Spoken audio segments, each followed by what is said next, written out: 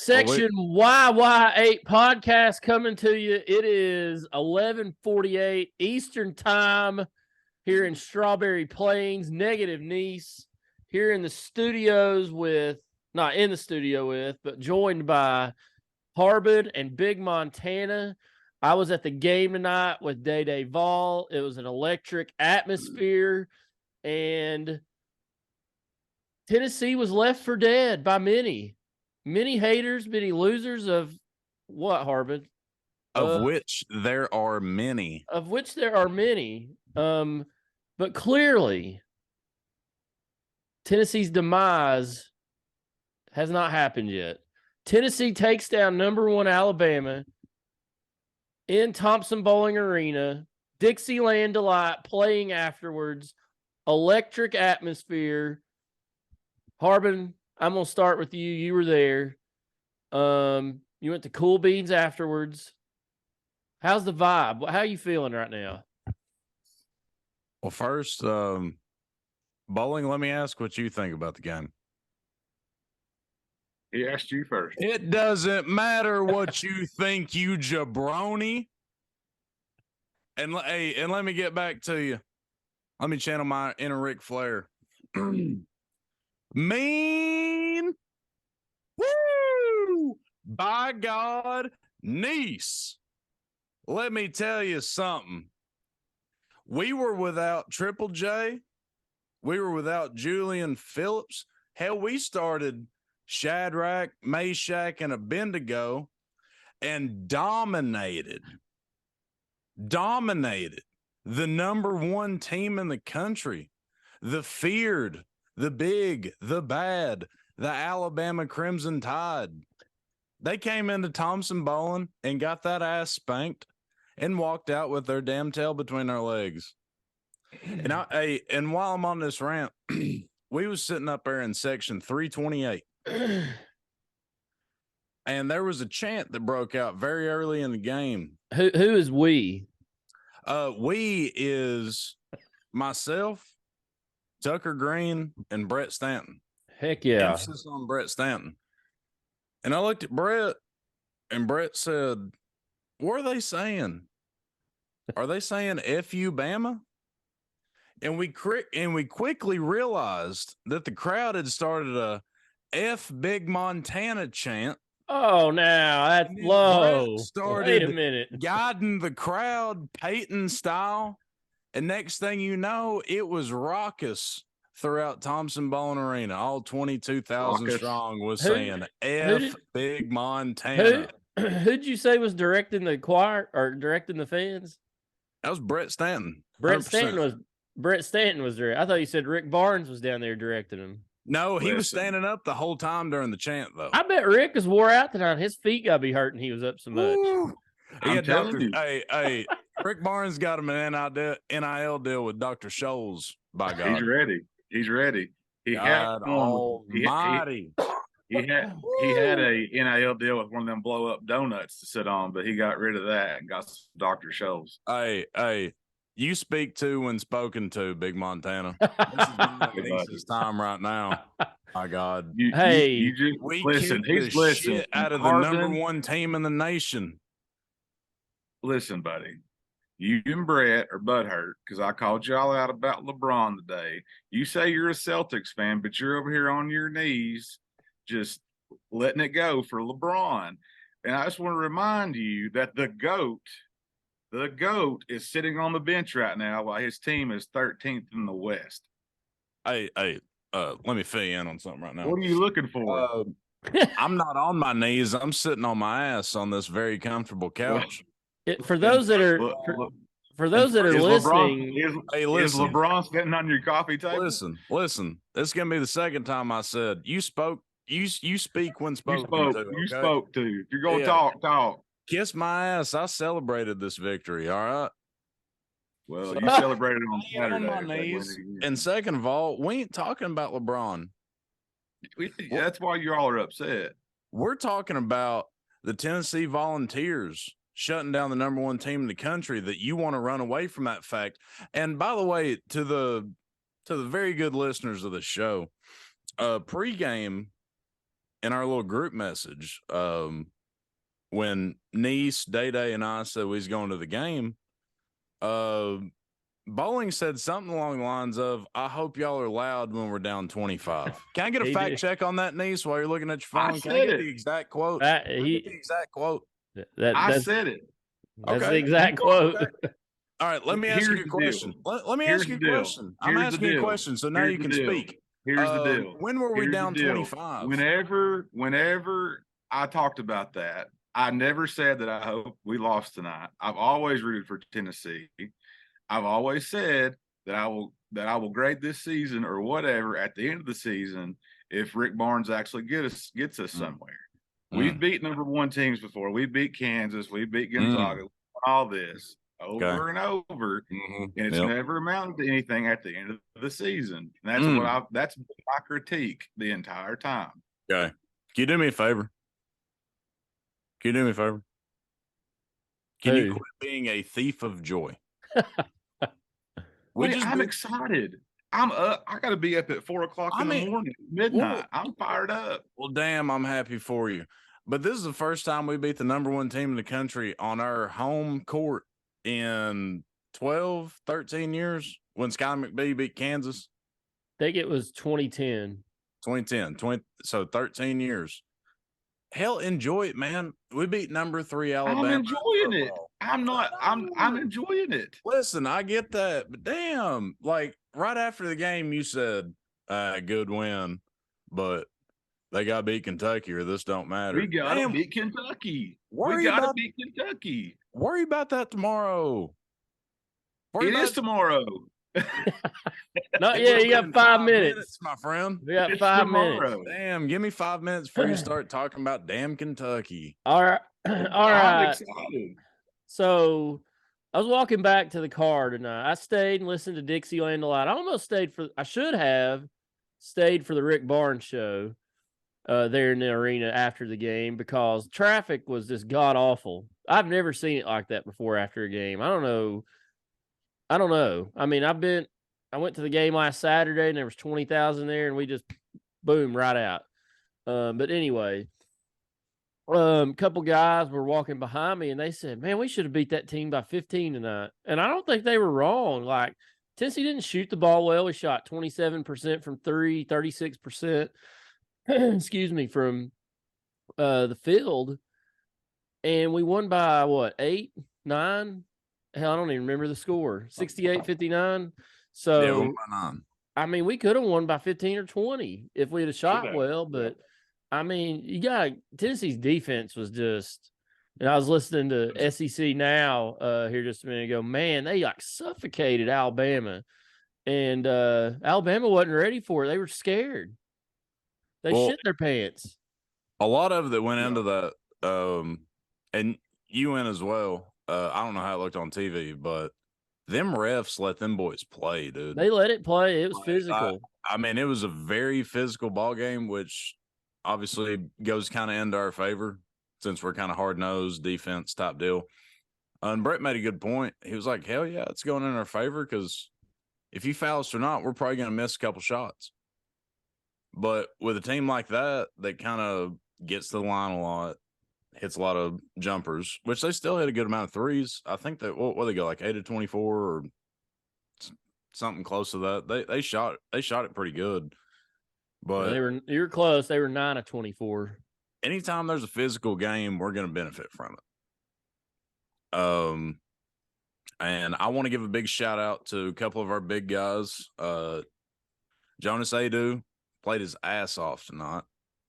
And my boy Euros, Landry Stanton's boy Euros, in the limited minutes that he got, killed it out there on the offensive end. He had a couple of lapses on defense, but on the offensive end, points. Yeah. But I mean, hell, I don't even know if he hit 20 minutes, though. 14. 14. Yeah, 10 points in 14 minutes. I'll take that out of anybody. He was 2 for 3 on free throws, too. Yeah. 3 for 4. Oh, sorry. Hold on, my screen froze. Yeah, you're right. 2 for 3. Sorry. Sorry. My screen froze on me. But yeah, I thought he threw in very valuable minutes in a limited role this evening. And I like the way Awaka played. Awaka played more minutes than usual, and I think he stepped up to the occasion. I can't really point out anybody that had a bad game, honestly. The shooting numbers weren't great, but we did enough, and we knocked off the number one team in the country. So I'm not going to bitch, not one bit. Yeah, it was a huge win. I'm trying to pull up scores from tonight from other games, but I mean, Tennessee needed that game, in my opinion, just from a confidence standpoint, because I felt like after the last two games, and I'm just going to say, I tweeted it a minute ago, and I think I texted you all earlier. These last two losses were flukes, guys. I'm just going to be honest. You had two teams that played above their heads, shot above their heads, and did everything perfect, and it still took two buzzer beaters to beat us. Now, one of them was a cleaner look than the other one, the Vandy look. Yeah. That Missouri shot on Saturday was just a prayer, and the thing didn't even hit the rim hardly. I don't think it did hit the rim, but I mean, obviously Tennessee had a couple costly mistakes that led to that, but those two losses were flukes. I put it out of my mind, but I was walking to the arena tonight, and I was like, these boys need to win this game tonight just for a confidence standpoint, because they've got a lot of ball left to play this year, and I felt like they were, and they maybe not have been. I'm not in there in the locker room, but they may have been shaken a little bit after these last two games, and I mean, to come out tonight and play the way they did. Now, yesterday, it just struck midnight, Harbin, and to play the way they did, I mean, you got to give credit to everybody: the coaches, players, training staff, the basketball director of operations, everybody. I mean, they had the guys ready to play. I thought they had a great game plan, and they really took it to Alabama. I mean, we may have to play them again in the SEC tournament, and it might be different. But I thought for tonight, it was a great game plan, and they used the physicality that the referees allowed them to play with to their advantage. I mean, they took it to them. Another big factor from the game that I saw, I only noticed it in the second half, and I think it was a second half adjustment. And I've criticized Rick Barnes in the past, but I want to give that man major kudos, because this move took some big old cojones. He dropped into a 2-3 against one of the best shooting teams in the country, and it worked. And it worked. I mean, we had a couple lapses on some big guys not knowing if they was in the middle or on the outside, but that's a ballsy ass move, and by God, it worked. And I want to give credit to my man Rick Barnes. Rick Barnes teams rarely, if ever, play a zone.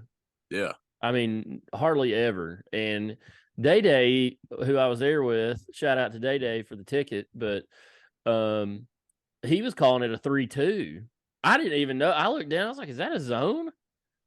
And then they were up the court, and I thought it was a 3-2 as well. It kind of, if it wasn't a 3-2, it was an extended 2-3 where the wings were up. But yeah, I don't know. It was like Harbin said. I mean, that's a gutsy move, because those boys can shoot. They've got a couple guys on their team that shoot 40%, I think, from downtown, and that's one blown assignment, and you're looking at a tie ball game. Yeah. Yeah.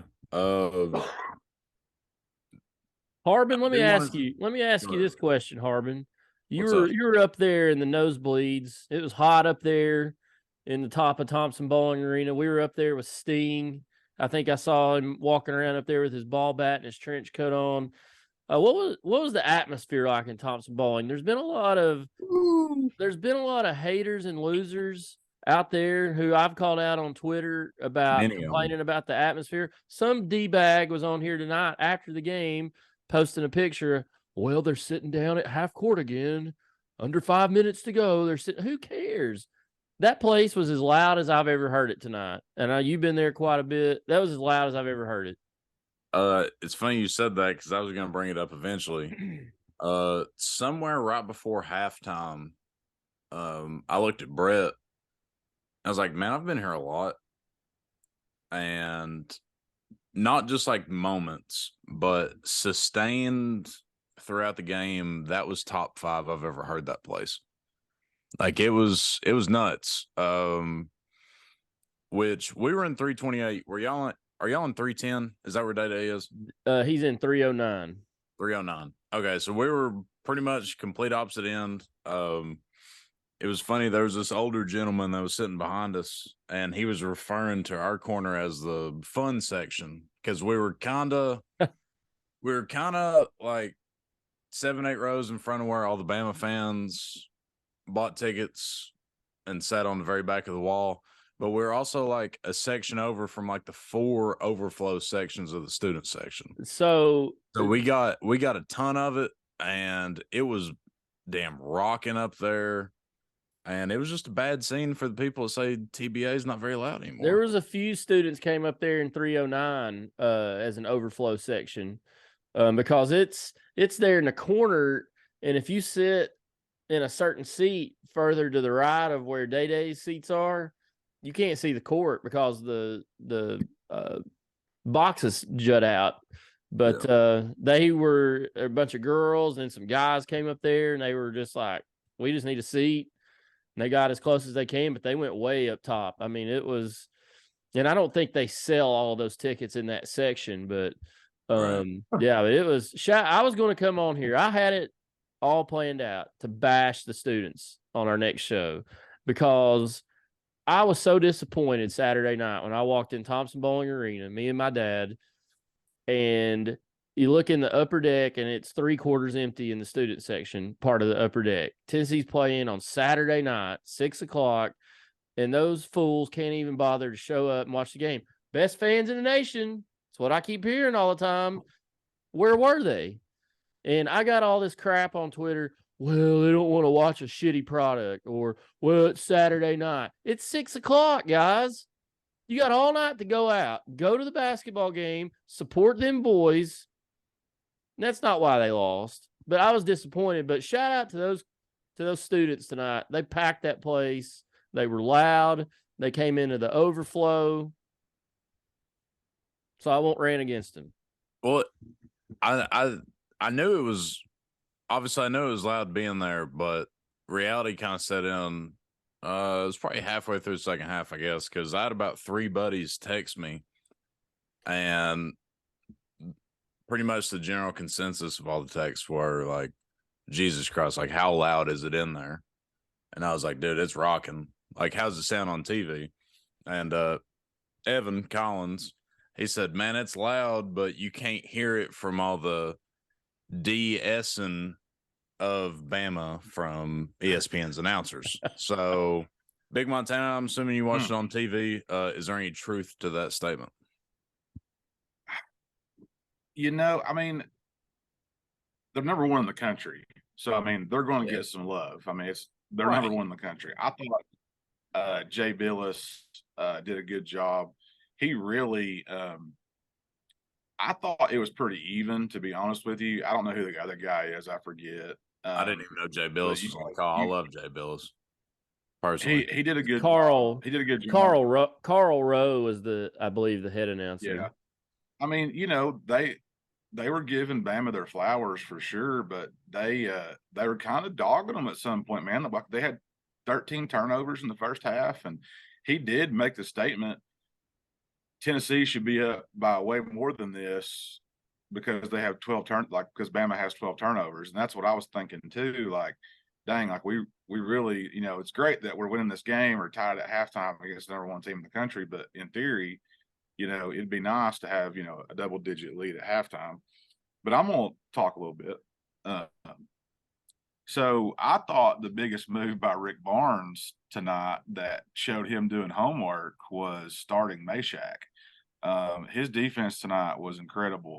You all right, Nease? Been battling a cold, buddy. Oh gosh, I'm sick again. Thought you were going to vomit there for a minute. Anyway. Well, I've got a cold this week, and I yelled a lot at the game, so double whammy. But for him to have that Forsythe, start Meshack. Who was the old buddy he was guarding for Bama? Was it Miller? Miller. Brandon Miller. And he's the damn truth. He is. He had 15 points tonight, but when Meshack was in the game, he only scored 4. So Meshack pretty much had him on lockdown. I didn't know that. Yes. So bench points tonight for Tennessee was 17. Points in the paint, 28. So good to see that. Points off turnovers, 26. Second chance points, 14. Offensive rebounds, 13. So Tennessee literally kind of flipped the script tonight. They haven't been a very good basketball team since the Texas game.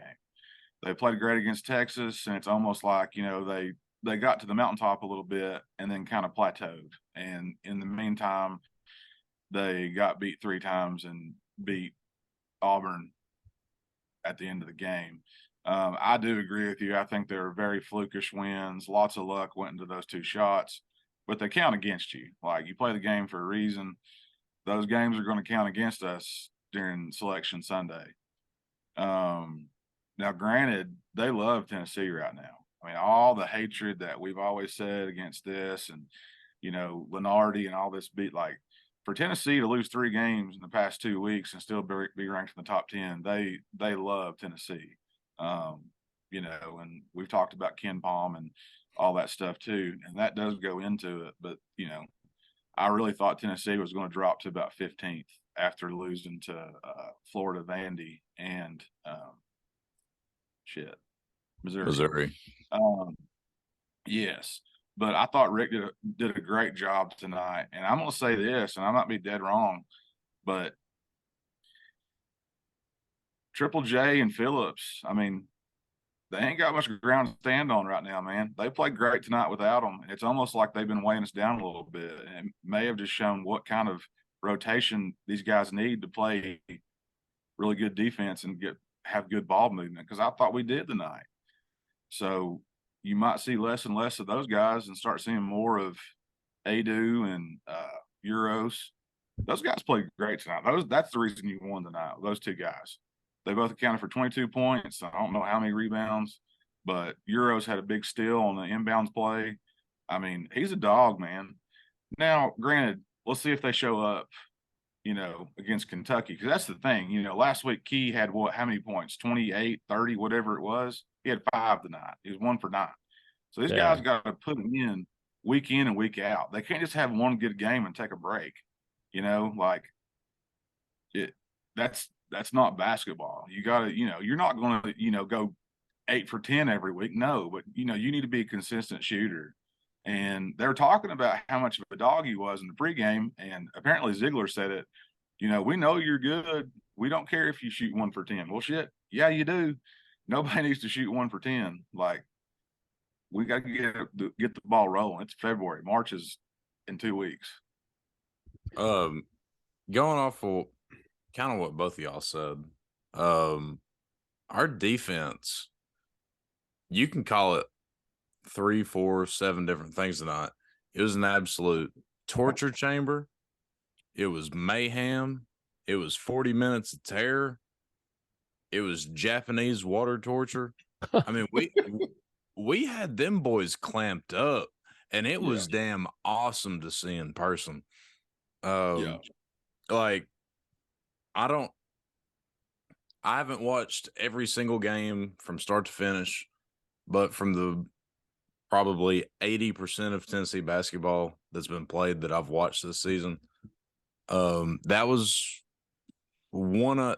at least top 2 performances our defense has had all season, considering how good Alabama's offense is. And like you said, I think a lot of that had to do with Meshack having a bigger role in the game. He had 0 points, but he changed the game, man. I looked at Brett. He literally took away 10 of their points. I'm serious. That's how good his defense was tonight. I looked at Brett, and he said something about Meshack, and I was like, that boy looks like Tony Allen for my NBA guys out there. Like, first team all defense. Anytime the ball got swung to him, he got it out of his hands, got out of the way. hell, I don't even know if he attempted more than 2 or 3 shots. But he made such big of an impact, like didn't need him on the offensive side. I'm trying to look this up, but I believe I heard after the game that Meshack's plus minus tonight was +9, and he didn't even score. Yeah. And for those who don't know what plus minus is, that's how your team does when you're out on the court. If you have a +9, that means your team outscored the other team by 9. If you have a -9, then you got outscored. So they were +9 with him out there on the court, and he didn't even score. Man, so he played really well tonight. I would give like out of the, I don't think really anybody had a quote unquote bad game. I mean, you can maybe say Key because he didn't have a good shooting night, but I still think he, outside of shooting the ball, I still think he had a pretty decent night. I mean, if shots ain't falling, shots ain't falling. Shit, it is what it is. We've seen that 100 times this season. But if you got to give the game ball, I'd split it 3 ways. I give it to Adu, I give it to Euros, and I give it to Meshack. Mm-hmm. They set the tone. That was the most physical ball that Tennessee's played this year in any game they've played. I mean, it really was. And I was so fired up the last game against Missouri because I was so proud of those guys for coming back. And, we got up a little bit and then couldn't do it. Like, I really thought they played. That was one of the best second halves I've ever seen us play. They couldn't finish it, but it was what it was. But it seemed like that game carried over to the night, and they got the message. And I think these guys on this team, they love the attention. They want the post about them. They want to see they crave that, and I think it's important to do that. But at the end of the day, you got to win ball games. And tonight, they seemed like they got back to business. So I want to give my player of the game, Santiago Vescovi. 34 minutes, 4-10 from the field, 3-6 from 3, 8 defensive rebounds, 1 assist, no turnovers, 3 steals, 15 points. But he got the proverbial monkey off of his back, 4 or 5 from the free throw line. Missed his first one, missed that first run into the 1-and-1. And Day said it that I was worried. I wasn't worried, I was mad. Because he's got to stop that. Yeah. He's too good. But then he hit 4 in a row, helped Tennessee seal the deal. But I thought one critique I had of him, Day and I were talking about this, he passes up a ton of open shots. To try to get a better shot, and he ends up having to take a harder shot. I wish he'd just fire away sometimes. But I'll let him do. Santiago, if you're listening, you do you, man. Big time effort from him. He's one of those guys you don't care if he shoots 15, 20 times. I'll be honest. I don't care if Key shoots 15 or 20 times because the guy can light it up. He's stunk tonight shooting the basketball. He did, yeah. He's a little inconsistent, but I want him. I think somebody said, Rick Barnes said before or after the game, but I didn't get to hear anything. That he was like, just shoot the basketball. And I think he's too good of a scorer. The guy scored his whole life. He's too good of a shooter. And I don't know if he's slumping. He's just been inconsistent. But him and Vescovi and Ziegler, too, I don't care if they shoot it 15 times. More shots you shoot. Since he got a ton of second chance points tonight, by the way. Where is it here? 17 points. 14 points, second chance points. Now we got out rebounded, which is a rarity. Most of the time we've been out rebounding teams, but I think you could contribute a lot of that. Let's see, Alabama had a total I think a lot of that is because we forced so many turnovers. Well, too, and we missed so many shots. I mean, Alabama had 43 rebounds and Tennessee had 39. So they out-rebounded us by 4. Not that big. Now, let us know the turnover differential. Yeah, Bama had, I believe, 19 turnovers and Tennessee had 8.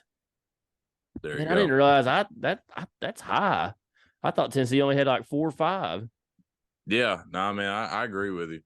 But I think the biggest takeaway for me is Bama came in number 1 in the nation because Purdue lost to Indiana, but also because, I mean, they earned it. I mean, I'm not taking anything away from them. They were 12-0 in the SEC coming into this game. They'd only lost 2 games before. Was it 2 or 3? I think it's 2. Either way, they've been playing their ass off. Last 5 games, we'd look like trash. There's just no way around it. Second half, like Bowling said, second half against Missouri, we looked pretty good. We didn't play bad against Vanderbilt, but the 2 other games, yeah, we look shitty. But the biggest thing for me was, and what keeps me hopeful for the rest of the season, was our arch rival came into town ranked number 1 in the country, and we were coming in off a major slide, big time. And we walked in, crowd was roaring. The team pretty much dropped their manhood on the table in front of Bama and said, "You ain't beating us here. We're going to wax your ass just like we did in football, and there ain't a damn thing you can do about it." And that's exactly what happened. And that was the best part about tonight for me, because they played like they were going to win. They didn't play not to lose like I do sometimes. They played like they knew they was going to win, and they were playing to win. And that gave me a lot of hope for the rest of the season. Yeah, you're right, Harb. I mean, they really came out and I mean, they came out and took it to Bama tonight. I mean, they, like we said earlier, they played physical basketball. Nate Oates said after the game that they just weren't ready for it. Good. Give him another extension. Yeah. Let him keep coming to Knoxville and let's spank that ass. Give him another $30 million. I do. I do like Nate Oates. He's very good. I do coach. too. I think he is an absolute hell of a coach. Before they extended him, I wanted him to go to the NBA. Yeah, I mean, just for obvious reasons. But while I'm on this tangent, you know how there's like in big games, there's one play where you're like, okay, we're gonna win, or okay, this could get out of hand. You know what I'm saying? Yeah. The one play where it happened where I was like, oh shit, like we're gonna win this ball game, was that lob to Kamwa.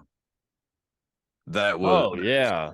on every How highlight. did he? I looked at Day. I said, how did he catch that basketball? Dude, I thought it was going out of bounds, had and he reached back here. Hell, you can't even see my arm if you're looking on YouTube. He reached back here, and I was like, hell, if he catches it, he's gonna fall out of bounds. And all of a sudden, he comes in with a EMF and tomahawk. Whole place goes absolutely nuts. And in that moment, I was like, we're not losing this ball game. And if we do, it's that was early. That was early on. That was it was in the first half. Yeah, it was like the 7-8 part. I want to say it was the last half of the second half. I mean, first half. He had another one that was almost as athletic because he caught the ball in front of the net while he was in the air and then brought it up and that was the first play of the second half. Ziegler made it was not a good pass. It was not. I don't know his numbers, and I don't know if he played that great, but he made some huge plays, and that's really all you can ask for when your 5-star freshman's out and one of your 2 best players that's a 4-year captain is out. So with him being one of the, I guess, 2 leaders playing, he made at least 2 to 3 or maybe 4 big plays that you need in a game like that. So I commend him for that. Yeah, and I've been down on Kamwa ever since that Texas game. He's not been out there and been much of a factor. He was a little bit tonight on the offensive end with those 2 dunks, but he's still 3 for 12 from the field. And I just, a guy with his type of game, he's not like Adu or Meshack. He's got a little bit of offensive rhythm about him. And I mean, there's sometimes on these 5-footers, he's barely hitting. I know it's hard. He's playing against some 6'8", 7-foot tall guys, but he's got to be better on the offensive end. I mean, he plays pretty good defensively. Barnes yanked him out of the game last Saturday against Missouri because he gave up a transition 3 and he never saw the court again. But I don't know.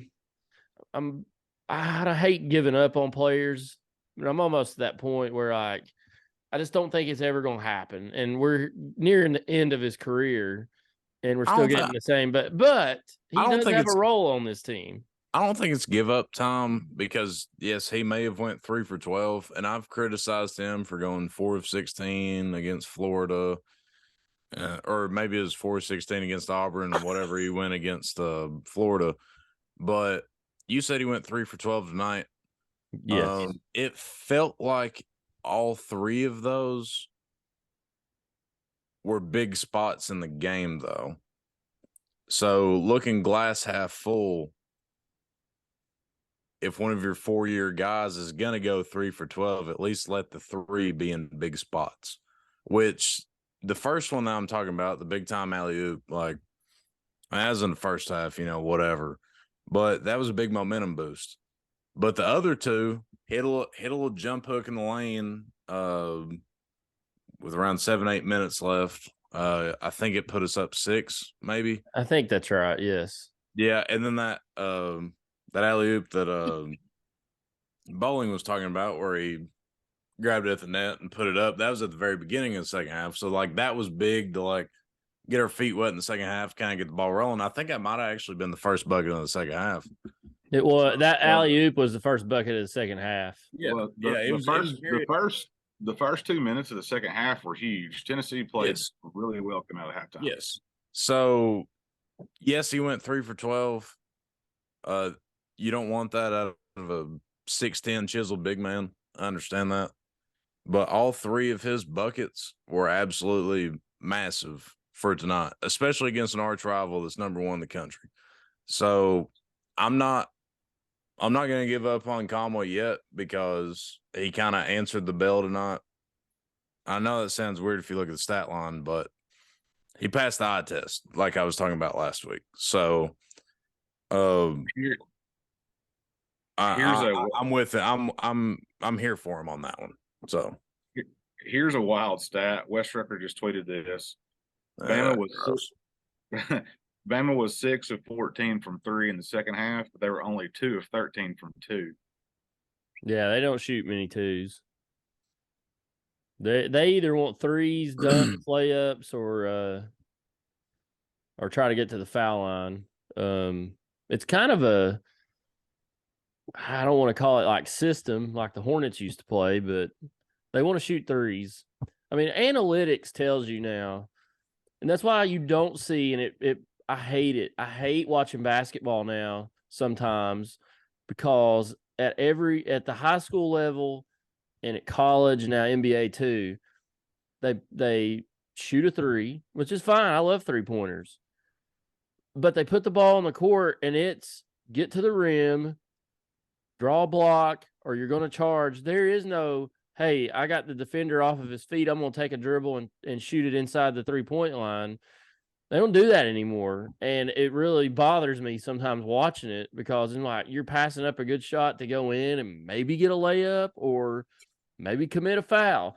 But that's what Alabama wants to do. They want to drive to the basket, try to draw contact, get a dunk, layup, or get to the foul line. Or I hope the defense collapse, kick it out for 3. That's what I've watched several of their games this year and even last year too. That's what they want to do. And they do it at a pretty high level. They didn't tonight, but I think Tennessee had a lot to do with that. Well, I was about to say, I felt like Bama shot a really good percentage from 3 in the second half because every time that it felt like Tennessee was going to semi-bust it open, like anytime we get up 6 or 7 or 5 or whatever it was, and all we needed was a stop and maybe like a transition layup or something like that, it felt like Bama would just break us down and get a 3, and it'd be like, damn. Like, I understand why these guys are number 1 because these some bitches ain't gonna lay down. Like they just kept hitting shots to keep it within 4, 3, 5, like, and not till I guess 2 minutes left was when we were kind of like, okay, like we've got this, because they just kept hitting shots. Like, well, that's what I was telling Day Day. We had a chance to put it away, and Vescovi, I think we were up 8. Vescovi stepped to the line for a 1-and-1, missed the front end. Bama comes down, hits a 3. yep, that's exactly so instead of going up 9 or 10, we were up 8, and they came down and hit a 3 to get it to 5. So you're still in a 2-possession ball game at that point when it could have been a 4-possession ball game.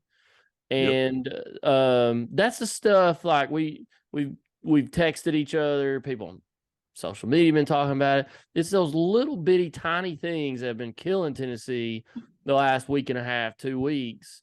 And they cleaned it up tonight. I mean, they didn't shoot well, obviously, but they played outstanding defense. They got back to their roots, played great defense, and forced a lot of turnovers from Alabama. And they hit free throws down. They did what they needed to do down the stretch to close the game out, which they've not been doing.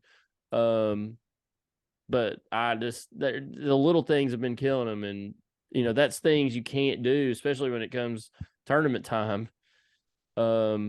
And I want Vescovi on the line. I want Ziegler on the line too. Ziegler's a better percentage shooter than him, but I'm glad he hit those 4 there at the end of the night. Maybe that got his confidence back. You could tell. I don't know if you saw it, Harbin, there, or Big Montana. I don't know if they showed it on TV. After he missed that 1-and-1, they went down to the other end, and I think Ziegler went to the line next, and Vescovi, whatever you want to call him, he's standing at half court just like shaking his head, and it was like he didn't have the yips, but it was in his head. He was upset. Yeah. It was in his head. It's in his head right now. But I think it's gone because he hit 4 in a row right after that. They interviewed him after the game and asked him what was going on in his mind when he was shooting those free throws at the end. And he said, well, I can't really say it. And they said, what do you mean? He said, I was saying to myself, you better make these freaking free throws. Yeah. So that was his quote after the game. Yeah. It is cool to see that. This is kind of off topic, but it is kind of cool to see Vescovi's transition. Well, he's been in Knoxville for the last 4 years. Because at first, like when he was a freshman, he came in halfway through the season. I don't want to say broken English, but I mean he didn't have a good flow to his speaking. And slowly he's gotten better. And I forgot who put it on Twitter, but it was probably a couple weeks ago. Yeah. They posted a clip of an interview, and they said, man, we've done him right. And dude was talking, and it sounded like the son bitch was from Powell. It's just kind of funny to see. Somebody tweeted and said it sounded like he was from they've turned him into full Granger County mode. Oh, I did not see that. I saw that one. That's what I thought you were referring to. I don't think he's quite on the Granger County level. I feel like I'm a pretty good. I'll let you be the judge of that one. Yeah, I don't think he's quite on that level. I think the Powell comment was pretty good because he's still don't 100% sound like he's from East Tennessee, but it's close enough. But yeah, those last 4 free throws were huge. I'm just gonna say it though. Game on the line. I want the free throws to go to Ziegler if we have a choice. Yes. Like that. I mean, I think it kind of goes without saying. Speaking of Ziegler, there was one play. I don't know when it was. It was in the second half.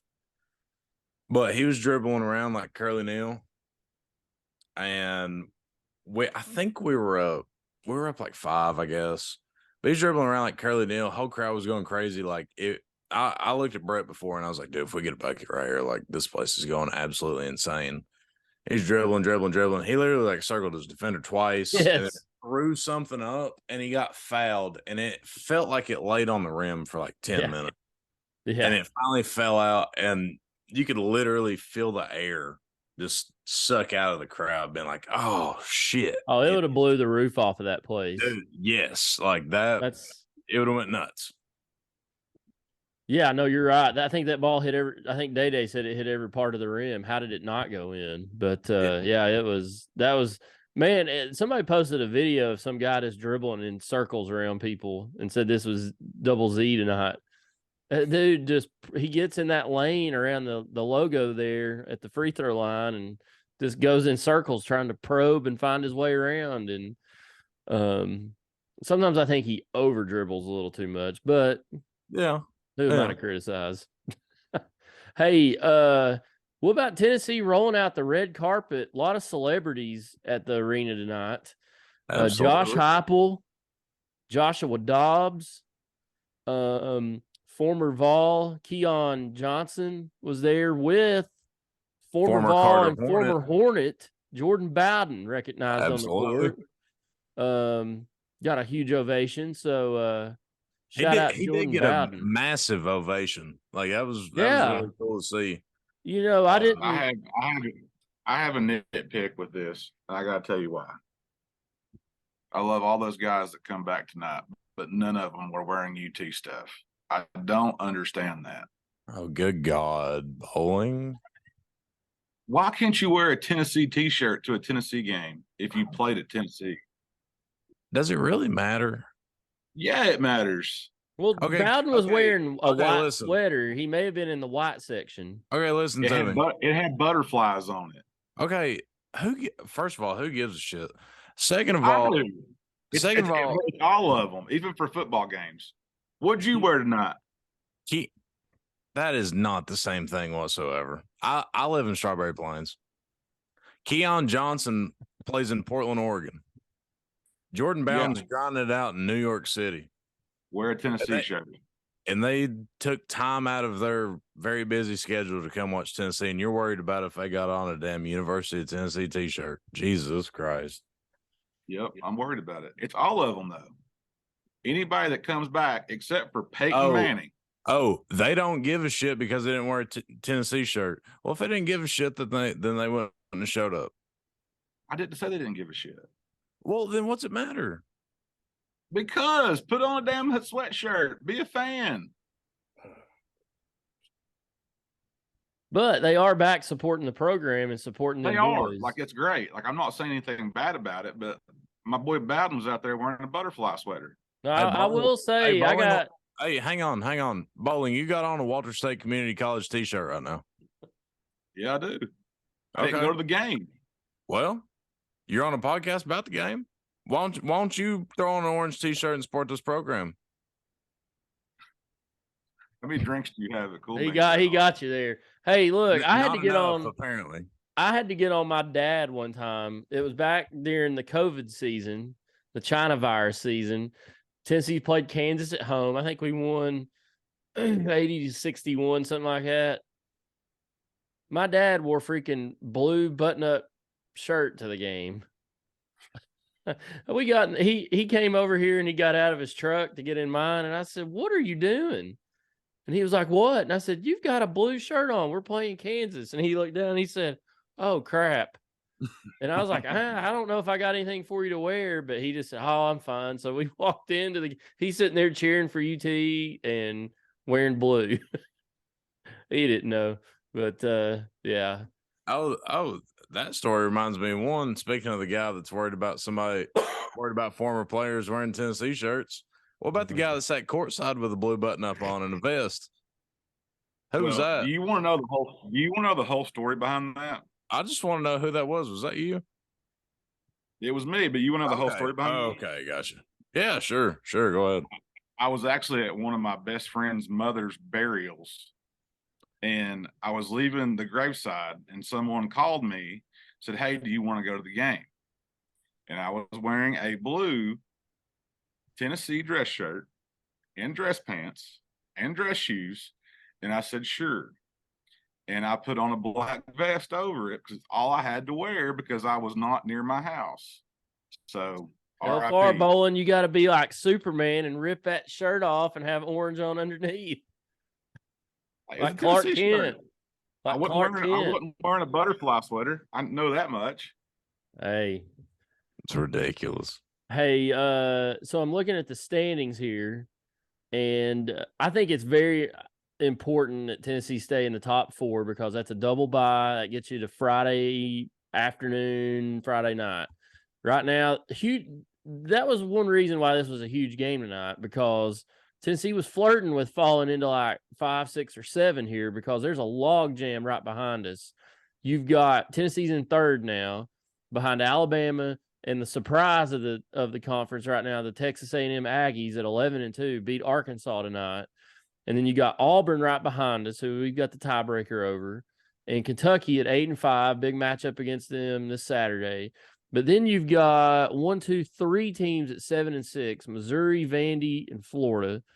So Tennessee was teetering there until tonight, falling down to that 5, 6, 7 seed range in the conference, which there's still a lot of ball to play, but you don't want to be 5 and 6 is okay. You don't want to be 7 or lower, because that means you're going to play a pretty high seed second game. So Tennessee needs to do whatever they can here, win these games coming up, build off of this, and stay in that top 4, get you a double bye, and get to Friday at Bridgestone Arena in Nashville.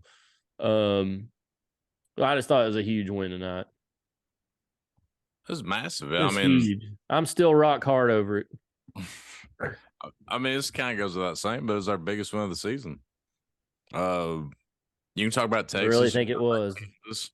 What was Kansas ranked when we beat them? They weren't number 1, were they? No, I think they were 3 or 4, I think. Right. So that was a huge win. Texas game is a top 10 matchup. That was huge. Yeah, Kansas was 3.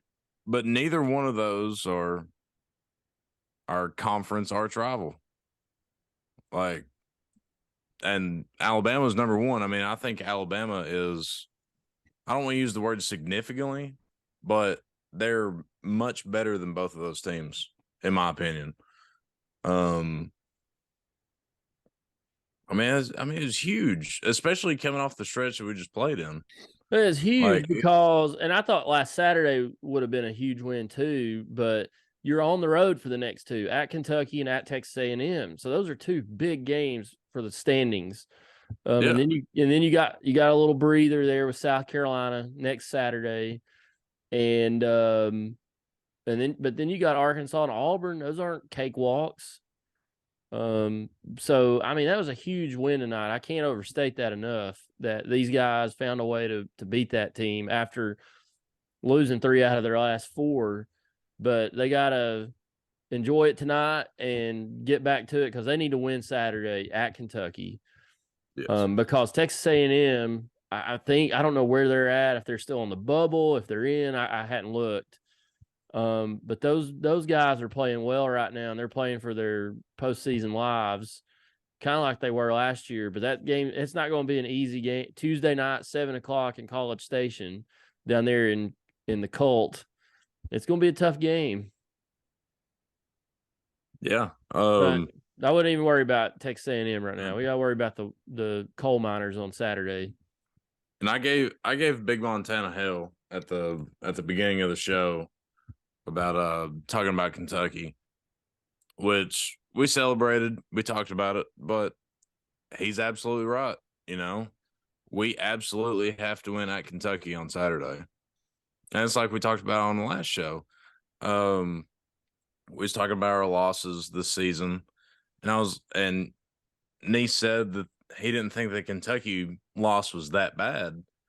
And I kind of agreed with him, but I also said, man, if we don't win in Rupp, then it's real bad. Yeah, I agree. Because we're that much better than Kentucky this year, and we have to show it on national television on Saturday.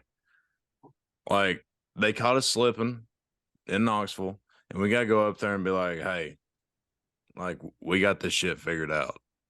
And you got one bias, but by God, in the Rick Barnes era, we split every year, so we're going to come up there and whoop y'all's ass. Pretty much is what we need to do. And I think we definitely need that as a momentum boost going into College Station on Tuesday or Wednesday whenever we play them, because they are technically ahead of us in the SEC rankings right now. Yep. And I don't know this 100% fact, but I mean, there's kind of a big difference between that 2 and 3 seed. I know the top 4 get a bye, but I know 1 and 2 get just like any other bracket. I mean, they obviously get a little bit easier road depending on who falls where.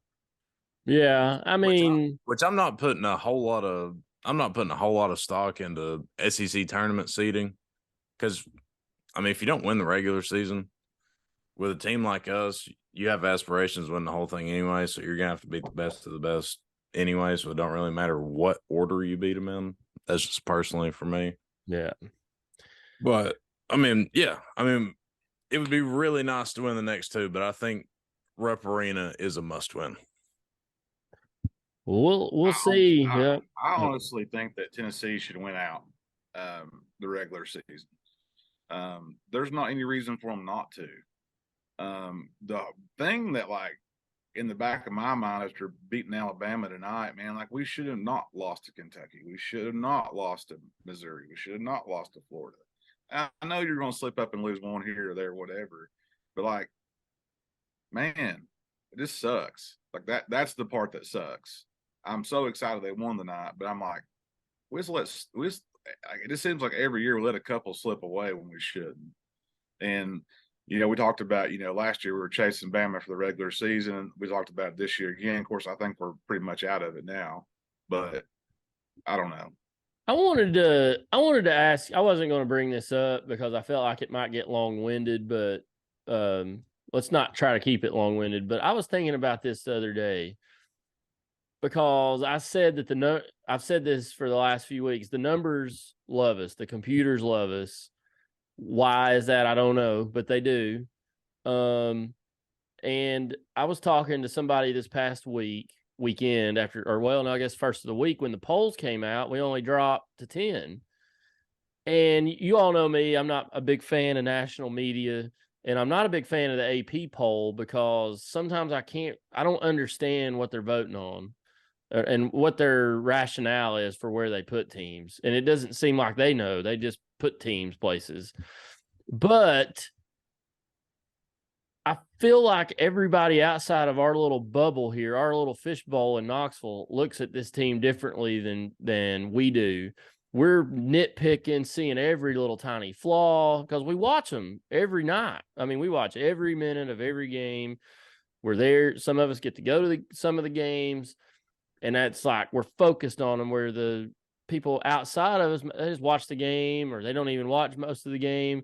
But if you listen to national talking heads and college basketball analysts and read stuff, they just kind of blew these last 2 games off as just something unlucky that happened. But we're sitting here, everybody in Vol Nation. I listened to Russell Smith's show Saturday night on Twitter after the game, and it was like the sky was falling. I mean, the season was over. Everything's done. And, in our text group, it was kind of like that. Day Vol was even. I mean, he was like, this team ain't going to get out of the first weekend or might get to the round of 32, and that's it. And I just feel like sometimes that we're in a fishbowl here in Knoxville. There ain't much else to do besides Tennessee athletics. And am I wrong on that? Like, are we nitpicking a little bit? I felt like we did that back when we were number 1 in 2019 because we would sit there and like grind these games, like just go through a game. Oh, we can't play like this. We're never going to go anywhere. We lost like 4 games that year, something like that. I can't remember, but I just feel like sometimes we overanalyze this stuff. Everybody else outside of here looks at Tennessee differently than we do, I guess is what I'm trying to say. I don't know. What do y'all think about that? Am I out of left field on that one? You're not out of left field. Go ahead, Bones. I think that people in Knoxville, it's the whole second round Rick thing. Like, we're just waiting for it. Because what really got us was the year we lost to Sister Jean. I think everybody expected us that year to really do something in March. And even last year too, man. I mean, I feel like last year, I mean, I was on board. I felt like last year was the second biggest disappointment behind the 2019 NCAA tournament when we lost to Purdue in Louisville. That was the most disappointing because that team should have went to at least the Elite Eight or the Final Four. Yeah. They were that good. But And I felt look, like last year was the number 2. That loss to Sister Jean. I mean, it stunk, but that was the first year we were like under Barnes that we were you're good. right. The Purdue one was worse. But I honestly think that that's just in the back of everybody's mind. Until last year, he finally won a tournament, SEC tournament. Great. I was excited, but that's one that I wanted. And I argued that it meant something, and I still think it means something. I think the regular season means something. I know you're not about hanging banners and stuff, but I think that that's a banner hanging thing. But I honestly think that Rick Barnes needs to go to the Elite Eight this year. I think that he has the talent to do it, but they just got to do it. I think that us getting a 2 seed is very, very important for that to happen. Because when you get to that 3 and 4, it all changes. But I honestly think that everyone's mentality is they're just waiting for the shoe to drop, because that's what's happened in the past when we've had teams that are beating, big name teams. Well, that's what I'm saying. Like, everybody here is, but yeah, like I think I text you all. Was it Sunday? I was talking to my family in Louisiana, and they were like, "Man, that was a tough couple losses." And I was like, "Well, if you talk to everybody around here, it's time to Barnes needs to hit the road." And they're like, "What?" And I'm like, "Yeah, it's bad around here right now. I mean, it's sky's falling in. It's like doomsday clock is almost at midnight." And they were like, "Why would you want to get rid of him? Like, these boys are good." I mean, that's just the difference. Like, that's what I'm saying. Like, here, I think we look at it differently. What do you think, Harbin? You're contemplating something there. I think there's a lot of factors that go into it. Kind of like you said last week, we live in a what have you done for me lately world. And it's easy to get down in a 3-game stretch when we've been as good as we have been for the last few years. You can also look at that as, yes, we've been very, very good over the last few years, but what do we have to show for it? And you can also go even deeper. The people of Knoxville, Tennessee are just a hurt and broken bunch of people when you look at Tennessee athletics over the last 20 some odd years. When you look Vols, man. Yeah, I mean, that's just how it is. Look at the basketball program before Pearl got here. And then you had the Pearl years, which were good. And then we went through a rough stretch again. And Barnes resurrected us, gave us hope. However, I mean, yeah, we've been up there year in, year out. But looking at it how some people look at it that are in the Knoxville spectrum, what do we have to show for it? And it's a lot the same with the football program and all that other shit. I mean, that's just how people look at it, which is kind of how I turned the corner over the last month or so with the basketball team. We're in a great spot. Like, I 100% believe that we have, at bare minimum, a top 5 athletic program in the country right now. You could easily argue that we're number 1. So, I mean, you can look at it glass half full, glass half empty, whatever you want to look at. But the matter is, like, let's say we talk to some people that live in, hell, I don't know, let's just say Kansas, for example. During their little hiatus or whatever you want to call it, when they lost to Kansas State and then back-to-back lost to Baylor, I think it was. Hell, they're diehard Kansas basketball fans are probably like, good God, like, this is rough. Like, do I think a lot of the smarter humans of their fan base was questioning Bill Self? No, I'm not saying that. But they might have been like, I don't know if his team's got it this year. But in reality, people in Knoxville looking at it were like, oh, damn, Like they just kind of hit a rough patch. Like they're a good ball team. They're going to get through it. And I think that's kind of what Nice was getting at, is that we thought the sky was falling for a week and a half as a majority. I'm not saying all of us thought that way, but that's how the majority of us thought. And when you talk to people that don't live in Knoxville or don't follow Tennessee athletics every single day, they just look at it as, oh shit, Tennessee lost back-to-back games on buzzer beaters. Like, you got a better chance of hitting the Powerball than that shit happening to you. See, I mean, there's multiple different ways to look at it or avenues to take, and it just kind of depends on how you want to look at it. I think we're fine. I really do. And I know it's easy to say after you beat the number one team in the country that's your arch rival, and I know we said this last week, but we'll find out a lot the next 3-game stretch, because I think the last episode we did, we talked about Missouri. Bowling or Nice was talking about like the most important 3-game stretch is this one until the next 3-game stretch. Big Montana said that. Right. And the current 3-game stretch that he was referring to was Missouri, Alabama, and Kentucky. Yeah.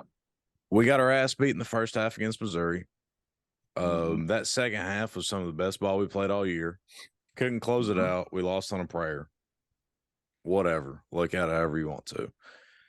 The second game of that stretch, number one Alabama comes to town. We pretty much dominated that whole game. I mean, we never got up by 20. I'm not saying that, but like the game was in hand. And then now the deciding factor of that 3-game stretch is going to be how we play in Lexington. And then after that, we're going to look at our next 3-game stretch that starts with Texas A&M and College Station. I mean, it's just it's a never-ending cycle of 3-game stretches. yeah. So like you know all the memes, like for example, here's a Cowboys meme. Here's a verbal meme if you're listening to it in the car. It starts at the top where it says Cowboys start winning. You get your hopes up for the playoffs. They choke. Cowboys suck.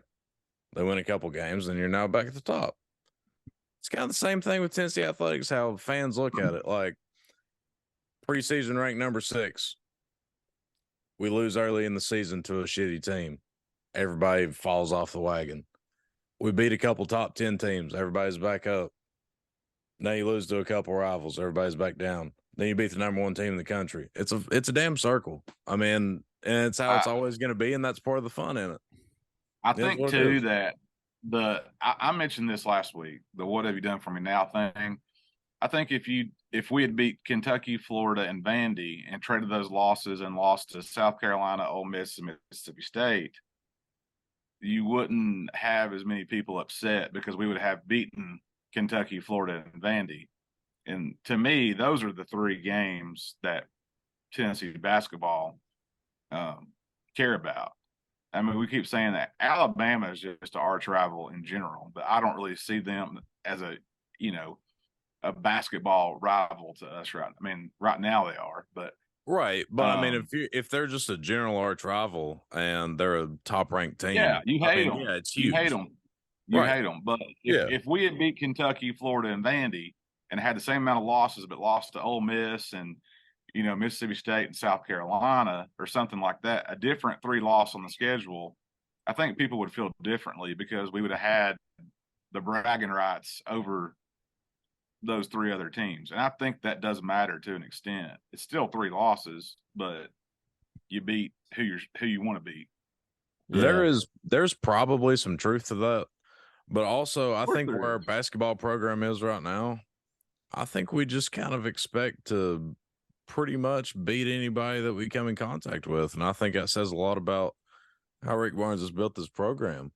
Obviously you want to beat your rivals in any sport. It could be underwater basket waving and you want to beat them, Florida or Alabama or Kentucky or whoever you want to mention.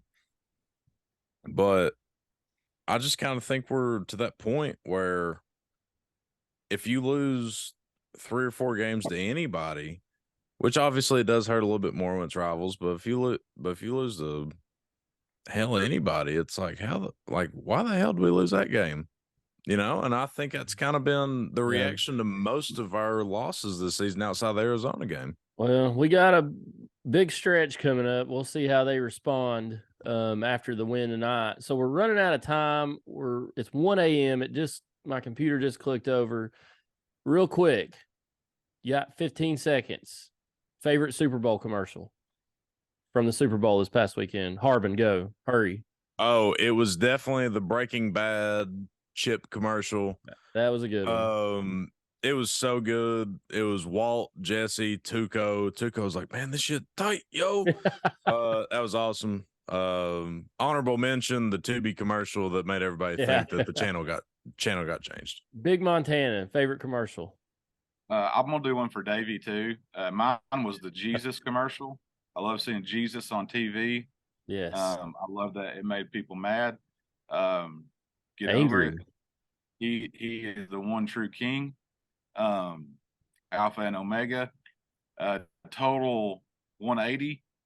Davies was the satanic Disney commercial. Oh gosh. Oh, it's aggressive. I'll give you mine real quick.